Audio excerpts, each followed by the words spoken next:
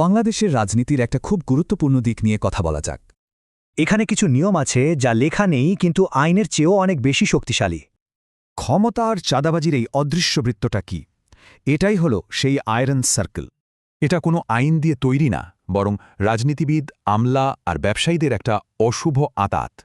ভাবুন তো, নির্বাচিত জনপ্রতিনিধি, আমলা আর অসাধু ব্যবসায়ীরা যখন একজোট হয় তখন কি হয়? এই চক্রের শুরু কিন্তু নির্বাচন দিয়ে।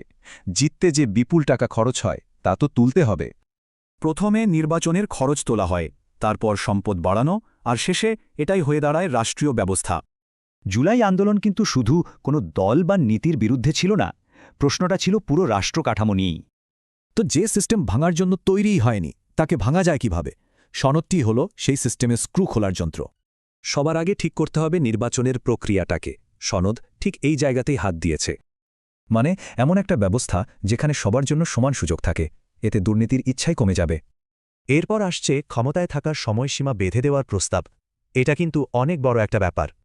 ক্ষমতা চিরস্থায়ী না জানলে লম্বা সময়ের জন্য দুর্নীতির জাল বোনা কিন্তু বেশ ঝুঁকিপূর্ণ হয়ে যায়। তৃতীয় প্রস্তাবটা হল বিচার বিভাগ নিয়ে, কারণ ন্যায় বিচার ছাড়া কোনো কিছুই ঠিকভাবে চলে না। এর উদ্দেশ্য হল ক্ষমতা যেন আইনের ঊর্ধ্বে না থাকে, কাউকেই যেন ছাড় দেওয়া না হয়। এরপর আসা যাক দুর্নীতি দমন কমিশনের কথায়।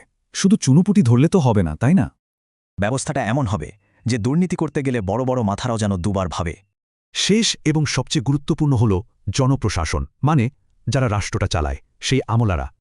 আমলারা যখন কোনো বেআইনি আদেশ পালনে ভাবতে শুরু করবে, আয়রন সার্কেলের ভিত ঠিক তখনই নড়ে যাবে। তবে এই সনদটা কিন্তু কোনো জাদুর কাঠি না।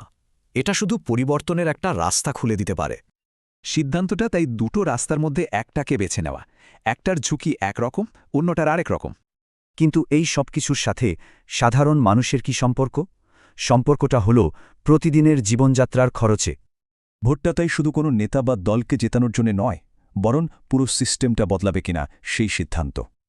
দিনের শেষে এই একটা ভোটের ফল কিন্তু থেকে যাবে বহু বছর, যা নির্ধারণ করবে আগামী প্রজন্মের ভবিষ্যৎ।